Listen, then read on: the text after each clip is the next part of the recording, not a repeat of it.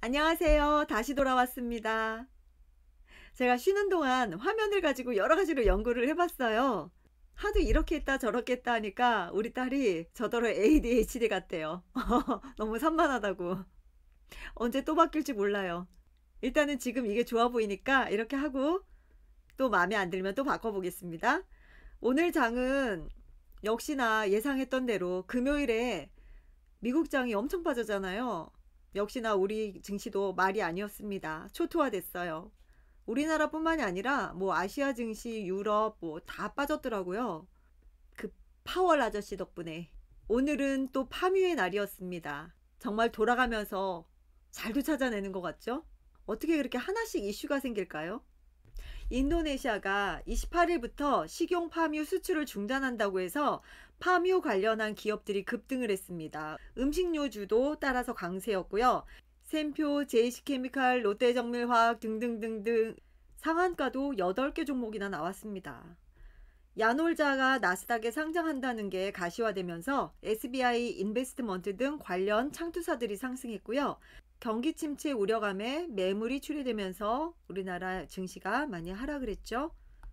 미국 빅스텝이 공식화되면서 성장주들의 하락이 잇따랐습니다. 2차 전지주들 오늘 흐름이 안 좋았습니다. 초반에 천보 혼자 빨간불 켜주더니 결국에는 그냥 휩쓸려서 파랗게 마무리를 하고 말았습니다. 전문가들의 뷰앤픽이에요. 덕신하우징, 건축용 자재, 데크플레이트 생산 및 시공업체고요. 데크플레이트 시장 점유율 1위라고 합니다. 건축제품 브랜드 평판 1위에서 3위를 차지하고 있고요. 오늘 그 와중에 건자재들은 괜찮았어요. 그 중에서도 덕신하우징, KCC가 괜찮았습니다. KCC는 장중에 한 6%대까지도 갔던 것 같아요. 덕신하우징 먼저 차트 볼까요? 덕신하우징도 흐름 좋았었는데 윗꼬리 달고 내려왔습니다. KCC도 미리 볼까요? KCC도 역시 윗꼬리 달고 내려왔죠. 그래도 오늘 같은 장에 빨간불이라는 것 자체가 대단하네요. KCC는 실리콘 사업이 호조를 보이고 있고 최대 실적 전망이 예상되고 있습니다. 1분기 매출이 13%, 영업이익 49% 증가가 전망되고 있고요. 고부가 친환경 제품 실적 견조에 연간 실리콘 영업이익 48% 증가 전망된다고 해요.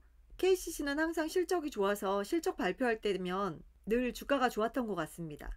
아비코전자, DDR5 성장 수혜주, 휴대폰용 파워 인덕터 생산, 패키징 기판 사업 흑자 전환을 했고요. 반도체용 MLB 기판 매출이 증가할 전망이라고 합니다. 현대차에 자동차용 인덕터를 공급하고 있고요. 요즘 아비코전자 많은 분들이 언급해 주시는 것 같아요. 거래량도 좋고 제가 쉬는 동안에 공부하면서 거래량에 대해서 깨달았다고 했잖아요. 거래량을 이제 좀 중시하기로 했습니다. 제가 좋아하는 구간은 요런 구간인데 전문가분들이 언급할 때나 거래량을 따지는 분들은 요럴 때 들어가더라고요. 이렇게 거래량 터질 때 결국은 올라가죠. 여기도 거래량 터지면서 올라가고 새로운 사실을 깨달았습니다. SPG 모터 감속기 전문 제조업체고요. 산업 자동화용 부문 비중이 확대되고 있습니다. 기존의 가정용에서 점점 산업화용으로 비중을 확대하고 있다고 합니다. 로봇용 고정밀 감속기 양산에 성공을 했다고 해요. 쭉 상승이 있었다가 조정받고 21선 타고 잘 올라가고 있습니다. 일성건설 토목 아파트 종합건설사고요. 도화 4구역 주택재개발 정비사업도 수주했고요. 새 정부의 주택정책은 중소건설사라고 합니다. 그래서 일성건설이 가볍게 잘 탄력적으로 움직이는 것 같아요. 일성건설 오늘도 좋았습니다. 거래량도 좋고요. 확실히 대형 건설사보다는 흐름이 좋아 보입니다. 서플러스 글로벌 반도체 재판매 세계 1위 업체고요. 글로벌 소싱 서비스, 물류 서비스 등도 영위하고 있다고 해요. 중고 반도체 장비 가격이 천정부지로 치솟았다고 해요. 최대 주주 지분도 56%나 되고요. 2020년보다 5배 급등했다고 하네요. 중국 업체들이 싹쓸이하고 있다고 합니다. 요즘 또 중고 반도체 장비에 대해서 언급을 많이 하고 있어요. 러셀도 함께 지켜봐 주세요. 서플러스 글로벌 자리 볼까요? 요즘 계속 좋으네요. 중고 장비 업체도 이렇게 관심을 많이 갖고 있습니다. 러셀도 좋았던 것 같은데 러셀 한번 볼까요?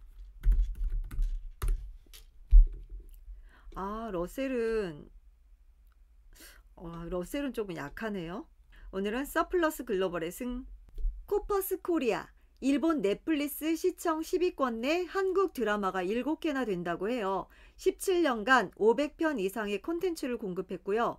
지난해 배급 사업 매출액이 40%나 성장했다고 합니다. 넷플릭스, 아마존, 디즈니의 콘텐츠를 공급하고 있고요. 연 15에서 20편 방영권을 7년 단위로 계약을 하고 있다고 해요.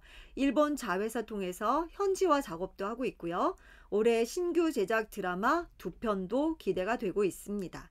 웹툰, 웹소설, 신규 사업 전개도 하고 있고요. M&A 추진하면서 드라마 제작으로도 사업 확대하고 있다고 합니다. 지난해 매출이 56%, 영업이익 92% 성장했다고 해요. 처음 들어보는 업체인데 오늘 굉장히 강조를 하셔서 언급해 드립니다. 목표 주가 상향 리포트입니다. 오늘 금리 인상 때문에 그런지 금융주가 조금 많이 언급됐어요. 빠르게 살펴볼게요. 한화손해보험. 실적 개선 효과가 주가에 충분히 반영되지 않아 목표 주가 상향 조정. 보험 영업 및 투자 부문 개선으로 분기 최대 실적이 예상되고 있습니다. 목표가 7,000원으로 상향했고요. 현대건설. 하반기로 갈수록 강해지는 모멘텀. 1분기 실적은 아쉬우나 연간 영업이익 추정치는 6% 상향. 원자재가 상승은 2분기 이후 본격화할 전망이라고 합니다. 단 예상된 수준이고요. 목표가 65,000원. 쌍용 C&E. 1분기 저점으로 실적 개선이 전망되고 있고요. 다음 관건은 환경 사업이 일관화될 것이라고 하네요. 목표 주가 10,000원으로 상향했습니다. 1분기 프리뷰는요. 비수기와 원가 부담이 맞물린 부진이 예상된다고 해요. 포스코 인터내셔널. 견고한 트레이딩, 나아질 가스전. 트레이딩 실적 호조, 산업 환경 변화와 역량의 결과물. 단기 실적 호조는 지속될 기대라고 합니다. 목표가 32,000원. 포스코 인터내셔널. 대장주다운 서프라이즈. 영업이익 2,160억 원. 주축 부문의 호실적으로 예상치를 크게 상회했다고 해요. 상품 시황 호조가 이끄는 전사적 실적 개선이고요. 상품 시황 호조가 이끄는 전사적 실적이 개선될 전망이고요. 목표가 33,000원. JVM. P와 Q의 증가로 실적 턴어라운드는 가속화될 전망이고요. 올해 1분기 국내 부문 P와 Q의 증가로 실적 턴어라운드 가시화될 듯합니다. 올해 가격 인상 효과 본격화로 실적 턴어라운드 가속화가 예상되고 있어요. 목표가 24,800원. 신한지주도 여러 군데서 나왔으니까요. 함께 살펴볼게요. 탑픽으로 안성맞춤이다. 순이익 1.4조 원으로 컨센서스 14% 상회할 전망이고요. 이자 이익뿐만 아니라 비이자 이익마저 견조하다고 합니다. 목표가 62,000원. 그리고요. 두 번째, 대폭 강화된 핵심 이익력. 가파른 마진 상승세도 예상되고 있고요. 이자 외에 수수료 이익도 큰 폭으로 개선되며 핵심 이익력이 대폭 강화될 것이라고 합니다. 예대율 큰 폭 하락. 당분간 가파른 마진 상승세는 지속될 전망이라고 합니다. 목표가 59,000원. 그리고요. 핵심 이익 개선으로 최대 실적이 시현되고 있고 핵심 이익 개선을 바탕으로 최대 실적이 시현되고 있습니다. 이자 이익 상승세는 유지되며 긍정적 이익 전망되고 있어요. 목표가 48,000원. 그리고 또 한 군데요. 주주에게 우호적인 재무적 전략. 1분기 지배순이익 1조 4,004억 원. 전년 대비 17% 증가한 거고요. 기대 이상 주주에게 우호적인 재무적 전략. 목표가 56,000원. 그리고 엠노입니다. 성장성 확인될 것. 1분기 실적 프리뷰는요. 큰 폭으로 외형 성장이 기대된다. 올해 매분기 실적 개선이 기대되고 있고요. 목표가 3만원. 하나금융지주 앞으로가 더 기대된다. 순이익 9,022억 원으로 컨센서스 16% 상회할 전망이고요. 일부러 쌓아도 대손율은 0.2% 아래라고 하네요. 목표가 69,000원. KB금융도 여러 군데서 나왔습니다. 한꺼번에 살펴볼게요. 탑라인도 뛰어났지만 비용 관리 능력이 더욱 눈부셨던 실적. 분기 핵심 이익 4조 원 시대를 개막했고요. 비용 컨트롤 능력도 탁월하다고 합니다. 보수적인 충당금 적립 정책으로 인해 향후 부담도 적은 편이라고 하네요. 목표가 83,000원. 그리고 또 한 군데요. 은행 대장주의 위력, 순이익 1.5조 원. NIM 상승하며 컨센서스 16%를 상회할 전망이고요. 아쉬운 비이자 이익, 양호한 건전성과 판관비, 목표가 8만원. 한 군데 더요. 일회성 있지만 어닝 서프라이즈, 1분기 순이익 1.45조 원, 전년비 14.4%로 기대치를 상회할 전망이고요. 목표가는 78,000원. 나노 신소재, 닐리리야 닐리리야 니나노. 1분기 수익성 개선세 예상보다 가파를 전망. CNT 도전제 대규모 캐파 증설이 본격화된다. 목표가 11만원. 우리 금융지주도 여러 군데가 있습니다. 한꺼번에 볼게요. 그룹 이자 이익 증가폭이 은행 중 단연 최고라고 하네요. 전 부문 양호했던 실적, 특히 이자 이익 증가폭이 은행 중 압권이라고 합니다. 자본 비율 하락은 다소 아쉬운 요인이고요. 롯데카드 매각 이벤트에 관심이 쏠리고 있습니다. 목표가 21,000원. 또 한 군데요. 귀빈으로 모실 NIM 순이익 8,842억 원으로 컨센서스 12% 상회할 전망이고요. 대손율과 비이자 이익은 레벨업이라고 하네요. 목표가 22,000원. 또 한 군데요. 우리 금융지주도 많으네요. 톡톡한 자회사 인수효과가 기대되고 있고요. 1분기 지배순이익 8,842억 원으로 기대 이상 좋은 성적표를 받고 있는 자회사를 인수했고요. 목표가 22,000원. 또 한 군데요. 높아진 이익 창출 능력 1분기 순이익 8,842억 원으로 기대치 소폭 상회. 목표가 2만원.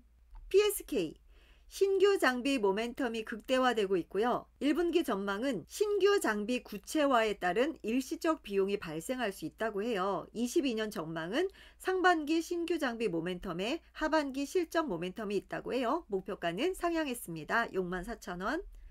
대덕전자 또 한 번의 성장성 확보. 대덕전자 계속 좋아요.